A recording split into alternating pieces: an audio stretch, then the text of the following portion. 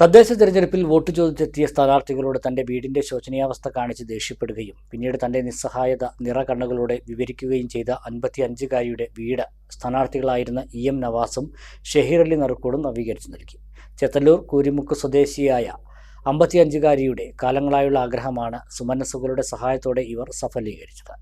ഇടതുപക്ഷ സ്ഥാനാർത്ഥികളായി മത്സരിച്ച ഇരുവരും പരാജയപ്പെട്ടെങ്കിലും നൽകിയ വാക്ക് പാലിച്ചു. മണ്ണാർക്കാട് ബ്ലോക്ക് പഞ്ചായത്തിലേക്ക് ചെത്തല്ലൂർ ഡിവിഷനിൽ നിന്നും മത്സരിച്ച EM നവാസും തച്ചനാട്ടുകര ഗ്രാമപഞ്ചായത്ത് 12-ാം വാർഡ് കൂരിമുക്കിൽ നിന്നും മത്സരിച്ച ഷഹീർ അലി നറുക്കോടും വോട്ട് ചോദിച്ച് കൂരിമുക്കിൽ 55-കാരിയുടെ വീട്ടിലെത്തിയപ്പോഴാണ് താൻ അനുഭവിക്കുന്ന ദുരിതം പ്രതിഷേധമായി അറിയിച്ചത്. പ്രായമായ മാതാവ് മാത്രമാണ് കൂട്ടിനുള്ളത്. ഭാരിച്ച ജോലിക്ക് പോകാൻ കഴിയില്ല. വീട് ഏതു നിമിഷവും നിലം പതിക്കും. നവീകരിക്കാൻ ഒരു വഴിയുമില്ല തുടങ്ങി തൻ്റെ നിസ്സഹായാവസ്ഥ അവർ പിന്നീട് നിറകണ്ണുകളോടെ ഇരുവരോടും വിവരിച്ചിരുന്നു. ആസ്ബസ്റ്റോസ് ഷീറ്റ് പൊട്ടി മഴവെള്ളം വീടിനകത്തേക്ക് പതിക്കുന്ന നിലയിലായിരുന്നു. ശുചിമുറി ഇല്ലാത്തതിനാൽ അടുത്ത വീട്ടിലേതാണ് ഉപയോഗിച്ചിരുന്നത്. ദുരിതം ഇരുവരും നേരിട്ട് മനസ്സിലാക്കി സഹായങ്ങൾ എത്തിക്കാമെന്നും അറിയിച്ചു. തെരഞ്ഞെടുപ്പിന് ശേഷം EM നവാസും ഷഹീർ അലി നറുക്കോടും സുമനസ്സുകളുടെ സഹായത്തോടെ വീട് നവീകരിക്കാനുള്ള നീക്കങ്ങൾ ആരംഭിച്ചു. തുടർന്നാണ് വ്യാഴാഴ്ച രാവിലെ പ്രവൃത്തികൾ ആരംഭിച്ചത്. പൊട്ടി പ്ലാസ്റ്റിക് കൊണ്ട് മറച്ചിരുന്ന മുഴുവൻ ആസ്ബസ്റ്റോസ് ഷീറ്റുകളും മാറ്റി പുതിയത് സ്ഥാപിച്ചു. വീടിനകത്ത് തന്നെ ശുചിമുറിയും നിർമ്മിക്കുന്നുണ്ട്. തെരഞ്ഞെടുപ്പിൽ തോറ്റാലും വിജയിച്ചാലും വീട് നവീകരണം നടത്താമെന്ന് അറിയിച്ച വാക്ക് സുമനസ്സുകളുടെ സഹായത്തോടെ പാലിക്കാൻ കഴിഞ്ഞെന്ന് EM നവാസ് പറഞ്ഞു.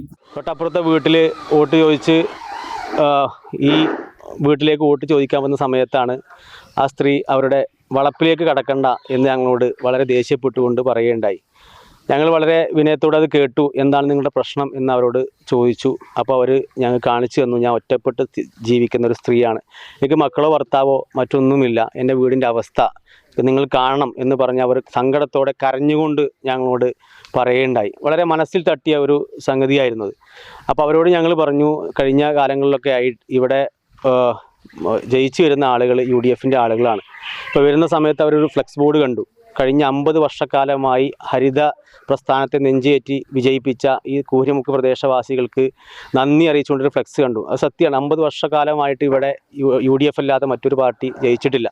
അപ്പോൾ ഞങ്ങൾ അവരോട് പറഞ്ഞു, ഞങ്ങൾ LDFൻ്റെ ആളുകളാണ്, ഞങ്ങൾ ജയിച്ചാലും ഇല്ലെങ്കിലും ഇപ്പോൾ തെരഞ്ഞെടുപ്പിൻ്റെ സമയമാണ്, പെരുമാറ്റച്ചട്ടമൊക്കെ നിലനിൽക്കുന്ന സാഹചര്യമാണുള്ളത്.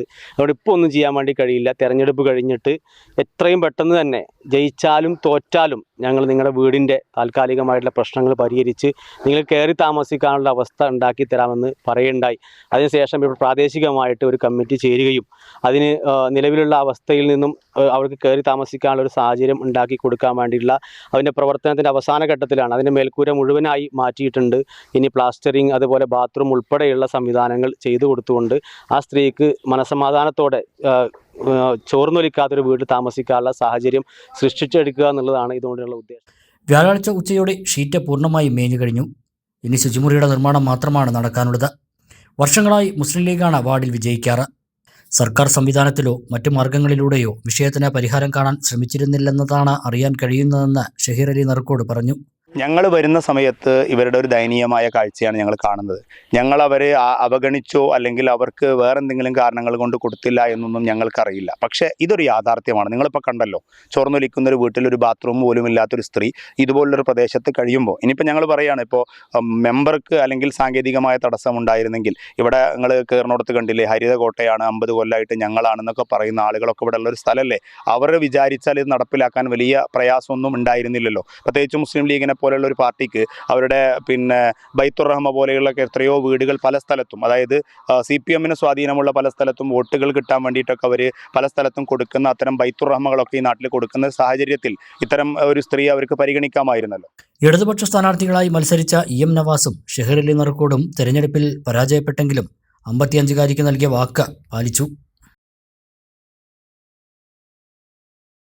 അലനല്ലൂരിലെ സേവന രംഗത്ത് 80 വർഷത്തെ പ്രവർത്തന പരിചയമുള്ള പാലക്കാട് ജില്ലയിലെ class 1 super grade bank Alanallur service സഹകരണ ബാങ്ക് എന്നും ജനങ്ങളോടൊപ്പം.